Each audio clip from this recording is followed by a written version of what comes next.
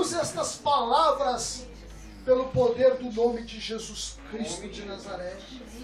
E em nome de Jesus, nós abençoamos os nossos filhos e profetizamos sobre a vida deles uma geração abençoada, inteligentes, sábios, ousados, intrépidos, cheios de unção do Espírito Santo, geração de Samuel. Senhor, eu abençoo a minha filha com toda sorte de bênção.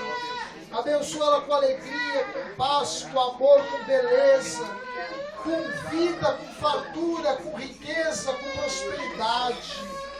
Abençoa minha filha para que seja uma médica, uma doutora, usada nas tuas mãos.